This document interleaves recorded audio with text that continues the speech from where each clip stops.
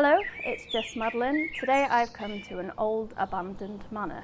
I'm going to go and take you to have a little look around and show you the amazing building that this is.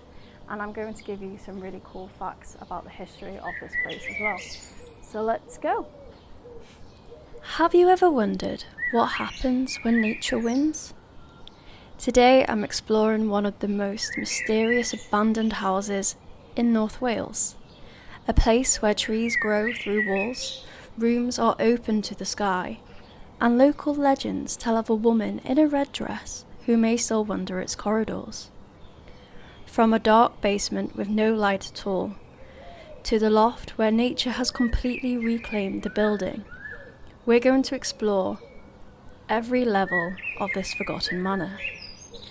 We'll discover abandoned furniture left behind, hidden rooms, and a huge opening stretching from the basement all the way to the roof. And perhaps even the room connected to the famous Red Dress story. So join me whilst we step inside and explore the fascinating ruins of Calcott Hall, known as the Red Dress Manor. This is It's Just Madeline, and our adventure begins now. As we make our way through the estate, it's incredible to see on how quickly nature takes over once people leave. Trees are growing through the walls, plants are creeping across pathways, and wildlife are moving into spaces that once belonged to people. There's something strangely peaceful about abandoned places like this. They're frozen in time, somewhere between the past and in the present. The first thing that strikes me is the silence. Even though the building is empty, it doesn't feel lifeless. Every room tells a part of a story. The peeling wallpaper, the broken windows, and the old fireplaces and staircases.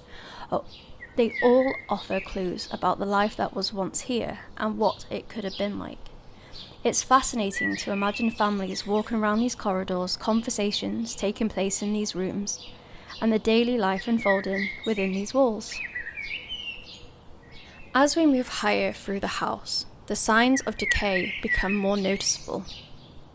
Weather, time, and neglect have all taken their toll on this building.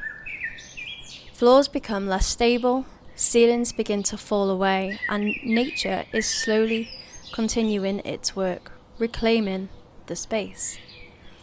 Exploring abandoned places always comes with risks. So it's always important to respect locations like this and never take unnecessary chances. So now, we've finally reached the loft space, the highest point of the house. Standing up here really puts into perspective the size of the building below. From the basement to the roof, every floor tells a different chapter of its story. It's strange thinking that this area was once busy, full of life and full of purpose, and now it sits almost in silence. It's one of those moments where abandonment becomes strangely beautiful. The colours of old walls mix with greens of the plants, and the trees create the most surreal atmosphere. Moving back upstairs, you can start to appreciate the layout and the size of the manor. Some rooms would have been used for entertaining guests, while others were more private family spaces. Even in this current condition, hints of building former character still remains. Old fireplaces, decorative features, and architectural details reminding us that this was once a very impressive home. Remarkably, an old chair sits in a room alongside an old box television, as though somebody simply stood up one day and never came back. These forgotten objects often tell more story than empty rooms themselves.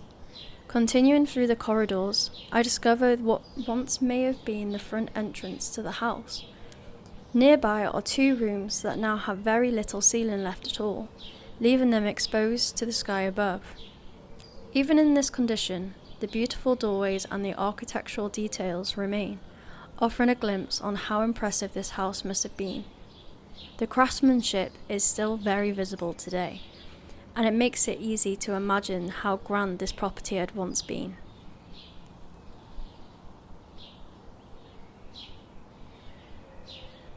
We have now reached the lowest point of the house, the basement.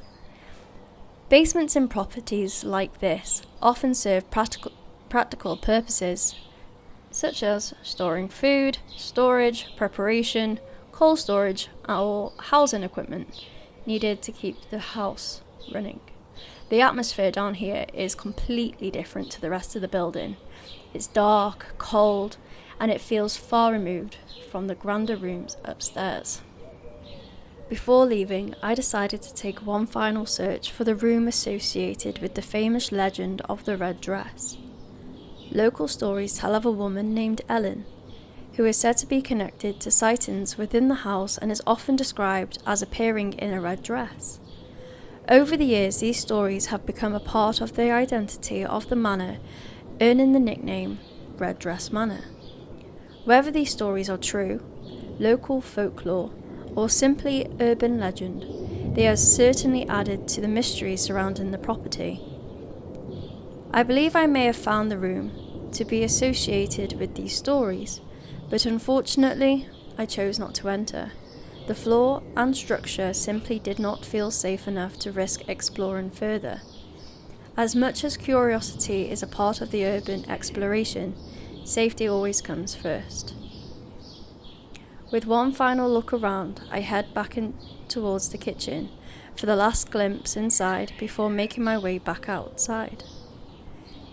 Whatever your thoughts are on the legends surrounding the Red Dress Manor, there is no denying that this site is full of history, mystery, and stories waiting to be told.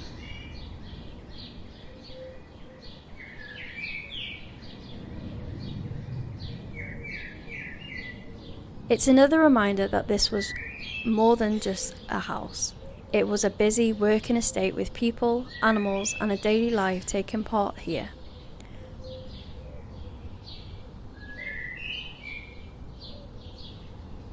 Places like Calcott Hall are fascinating because they preserve moments in time.